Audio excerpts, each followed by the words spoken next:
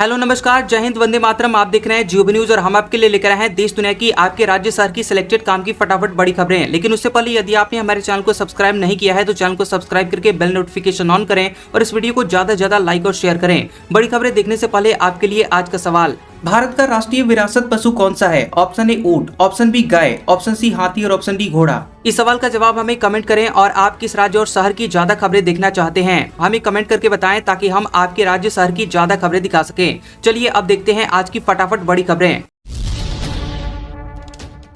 Petrol 18 रुपए और diesel 35 रुपए महंगा हो सकता है। बंगाल समेत 5 राज्यों में चुनाव के बाद बढ़ सकते हैं पेट्रोल डीजल के दाम। तेल कंपनियां नुकसान में हैं। कच्चे तेल की बढ़ती हुई कीमतों की वजह से पेट्रोल 18 रुपए और डीजल 35 रुपए प्रति लीटर तक महंगा हो सकता है। विदेशी ब्रोकरेज फर्म मैक्वायरी की रिपोर्ट के मुताबिक कहा गया है कि क्रूड ऑयल महंगा होने के बावजूद देश में पेट्रोल और डीजल की कीमतें चुनाव की वजह से स्थिर हैं और इससे कंपनियों को नुकसान हो रहा है। ऐसे में पश्चिम बंगाल समेत 5 राज्यों में चुनाव खत्म होने के बाद कंपनियां पेट्रोल डीजल के दाम बढ़ा सकती हैं। कच्चा तेल महंगा होने से कंपनियों को प्रति लीटर पेट्रोल पर 18 रुपए और डीजल पर 35 रुपए तक घाटा हो रहा है और पिछले महीने के पीक पर ये तीनों कंपनियां हर दिन करीब 2400 करोड़ रुपए का नुकसान झेल रही थी। एक्साइज ड्यूटी में 10 रुपए की कटौती के बाद ये घाटा घट करके 1600 करोड़ रुपए रह गया है। हर $10 के उछाल से नुकसान करीब 6 रुपए प्रति लीटर तक बढ़ जाता है। सम्राट चौधरी होंगे बिहार के नए मुख्यमंत्री। राजभवन पहुंचे, सरकार बनाने का दावा पेश किया। सुबह 11 बजे शपथ ग्रहण। सम्राट चौधरी बिहार के नए सीएम होंगे। उन्हें पहले बीजेपी फिर एनडीए विधायक दल का नेता चुना गया। सम्राट राजभवन पहुंचे और राज्यपाल से मिलकर उन्होंने सरकार बनाने का दावा पेश किया। 15 अप्रैल को लोक भवन में शपथ ग्रहण समारोह होगा और इसके साथ ही बिहार में पहली बार भाजपा का मुख्यमंत्री होगा। विधानसभा में सेंट्रल हॉल में एनडीए की बैठक में नीतीश सम्राट के प्रस्तावक बने। नीतीश ने उन्हें माला पहनाई, विधायकों से ताली बजवाई। सम्राट ने भी पैर छूकर उनका आशीर्वाद दिया। विधायक दल का नेता चुने जाने के बाद उन्होंने कहा कि मैंने नीतीश जी से राजनीति सीखी है और उनके साथ मैंने काम किया है। उनके समृद्ध बिहार को और आगे लेकर जाना है।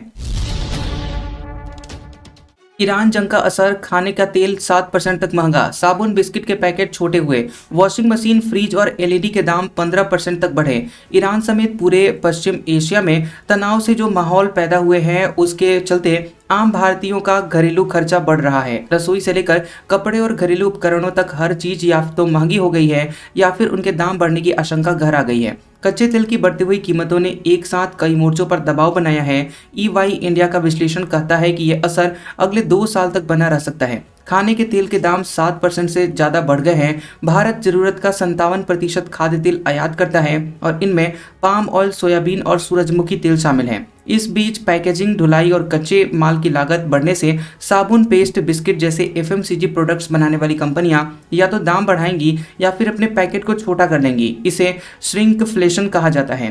पेंट, टेक्सटाइल और पर्सनल केयर कंपनियां भी लागत बढ़ने पर हवाला देकर कीमतें बढ़ाने की तैयारी में हैं। बिहार में नई सरकार का फॉर्मूला, बीजेपी जेडीयू के 15-15 मंत्री हो सकते हैं। सीएम, गृह मंत्रालय और स्पीकर भाजपा ने लिया। जेडीयू से डिप्टी सीएम होगा। 15 अप्रैल 2026 को बिहार में भाजपा के लिए बड़ा दिन होगा। पहली बार बीजेपी के किसी नेता को मुख्यमंत्री पद की शपथ लेने का मौका मिलेगा। गृह विभाग और विधानसभा अध्यक्ष पद भी भाजपा के पास होगा और जेडीयू को डिप्टी सीएम पद मिलेगा।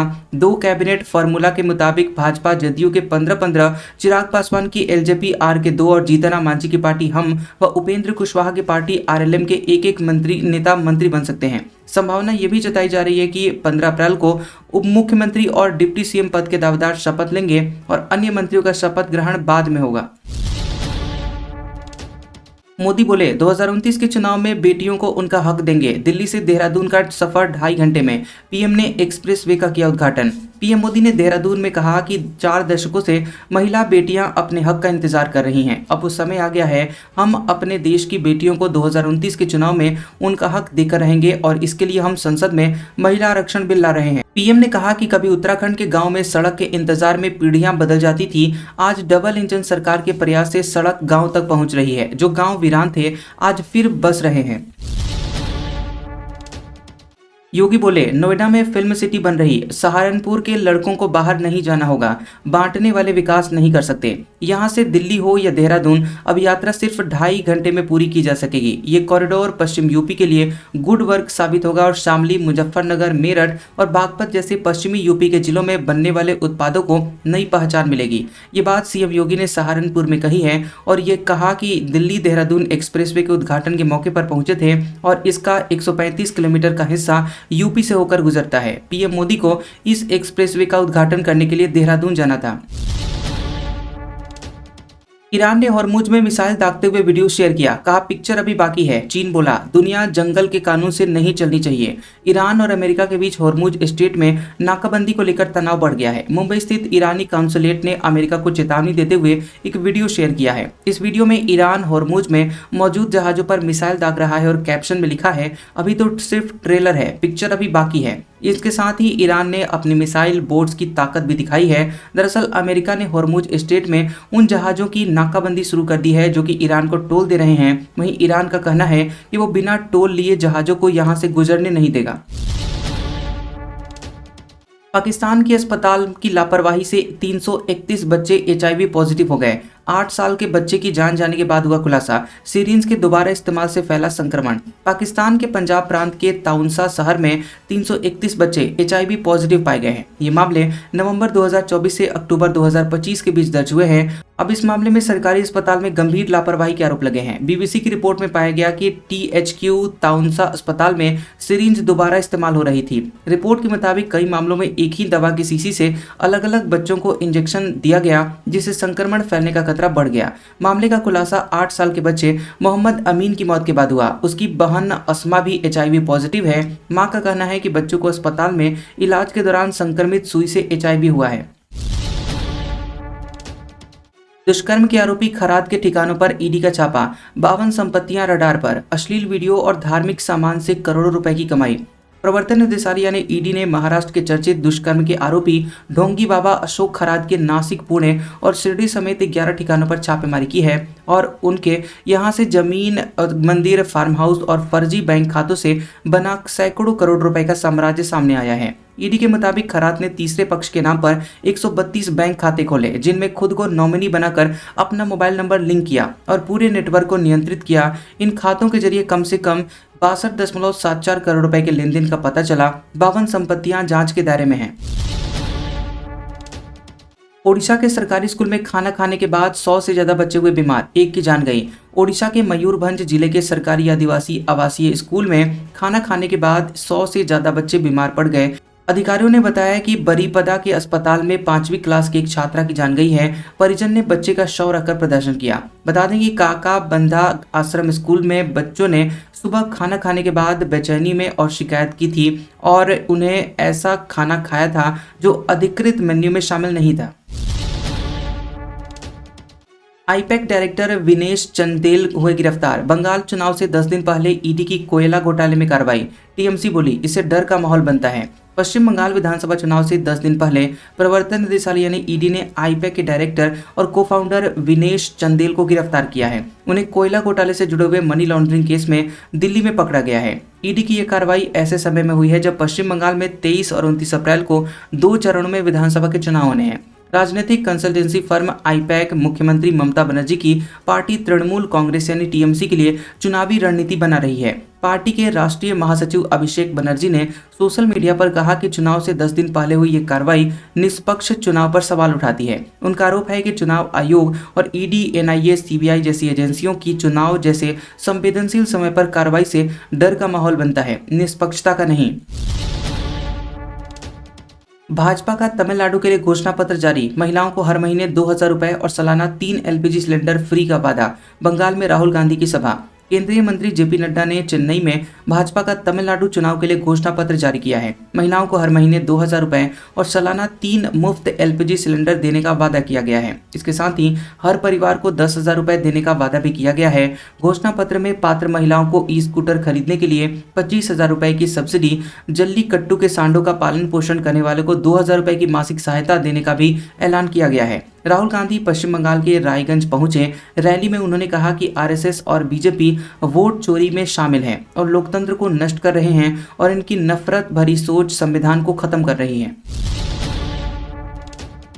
महिला आरक्षण पर पीएम की महिलाओं के नाम चिट्ठी। लिखा, भारत की बेटियों से उनके हक के लिए सालों तक इंतजार करने नहीं कर सकते। प्रधानमंत्री नरेंद्र मोदी ने देश की महिलाओं के नाम एक लेटर लिखा है। इसमें मोदी ने कहा कि अगर 2029 में लोकसभा और अलग अलग विधानसभाओं के चुनाव महिलाओं के लिए पूरे आरक्षण के साथ होते हैं तो भारतीय लोकतंत्र और भी ज़्यादा मजबूत और जीवंत हो जाएगा। उन्होंने ये भी कहा कि जब महिलाएं कई क्षेत्रों में बेहतरीन काम कर रही हैं तो ये बिल्कुल सही है कि विधायी संस्थाओं में भी महिलाओं की भागीदारी बढ़े। भारत की बेटियों से उस चीज़ के लिए हमेशा इंतजार करने को नहीं कहा जा सकता जो उनका हक है। नोएडा में दूसरे दिन भी बवाल, पुलिस से झड़प पथराव, 15 कंपनियों की फोर्स, 26 पुलिस अफसर भेजे गए। राहुल गांधी बोले ये श्रमिकों की आखिरी चीख है। नोएडा यानी कि गौतम बुद्ध नगर में सैलरी बढ़ाने की मांग को लेकर फैक्ट्री कर्मचारी सड़कों पर मंगलवार को उतर आए। पुलिस ने उन्हें रोकने की कोशिश की तो झड़प हो गई। भीड़ ने 2-3 जगहों पर पुलिस की गाड़ियों पर पथराव भी किया। हालांकि पुलिस ने थोड़ी देर में हालात पर काबू पा लिया। प्रदर्शनकारियों को वहां से खदेड़ दिया गया। फिलहाल पुलिस और अर्धसैनिक बलों के जवान इंडस्ट्रियल इलाकों में सुबह 5 बजे से फ्लैग मार्च कर रहे हैं। सीसीटीवी और ड्रोन से निगरानी की जा रही है। इसके अलावा पीएसी और आरएएफ की 15 कंपनियां, 26 अफसर, 8 एडिशनल एसपी और 18 डीएसपी नोएडा भेजे गए हैं। ज्यादातर कंपनियां बंद रखी गई। फोटो खिंचवाने के चक्कर में लाइफ जैकेट नहीं पहन रहे हैं पर्यटक। लापरवाही के बाद वाराणसी में 100 पुलिसकर्मी गंगा में करेंगे गश्त, कटेगा चालान। वाराणसी में 84 घाटों पर गंगा में 3 से 4 हजार नावें चल रही हैं, लेकिन यहां फोटो खिंचवाने के चक्कर में टूरिस्ट लाइफ जैकेट नहीं पहन रहे हैं। लेकिन अब पुलिस ने सख्ती की है और गंगा में 100 से अधिक पुलिस वाले गश्त करके लाइफ जैकेट के प्रति जागरूक करेंगे। इसके बाद भी लापरवाही पर चालान काटा जाएगा। 80 घाट से नमो घाट तक जाने के लिए यात्रियों से 100 से 200 रुपए किराया लिया जाता है और अगर उसे कोई बुक करके ले जाना चाहता है तो उसको 2000 रुपए से 2500 रुपए देना होगा। इसके अलावा गंगा घाट में बड़ी देसी क्रूज भी चलती है जो कि नाविकों ने तैयार किया है। इसका किराया 300 रुपए है। राजस्थान बालिका सैनिक स्कूल फीस 1.5 लाख रुपए सालाना तय। 7 साल से कम आय पर पूरी फीस माफ, 9 लाख तक 50% की छूट। राजस्थान सरकार ने बालिका सैनिक स्कूलों के लिए सालाना फीस करीब 1.5 लाख रुपए तय कर दी है। शिक्षा विभाग ने 9 अप्रैल 2026 को आदेश जारी कर फीस संरचना लागू की है और एडमिशन प्रक्रिया शुरू कर दी है। आय के आधार पर ट्यूशन फीस में छूट का प्रावधान रखा गया है। इससे पहले परीक्षा के समय फीस स्पष्ट नहीं थी, जिसे अब घोषित किया गया है। हालांकि आय कम है तो फीस में छूट भी मिल सकती है, लेकिन इसके बाद भी सालाना खर्च करीब 1 लाख रुपए के आसपास ही रहेगा। आज का सुविचार, जो दान कर सके, खर्च कर सके, वही धन का वास्तविक मालिक है, बाकी तो सभी धन के चौकीदार हैं। कैसा लगा ये वीडियो हमें कमेंट सेक्शन में जरूर बताएं। वीडियो पसंद आया हो तो वीडियो को लाइक और शेयर करें और ऐसी इंटरेस्टिंग वीडियोस देखने के लिए हमारे चैनल जियोबी न्यूज को सब्सक्राइब करें और बेल आइकॉन को दबाएं। और हमारे ओल्ड और लेटेस्ट वीडियोस देखने के लिए हमारे प्लेलिस्ट और कम्युनिटी टैब को जरूर चेक करें। तो मिलते हैं अगले वीडियो में, तब तक के लिए आपका शुक्रिया।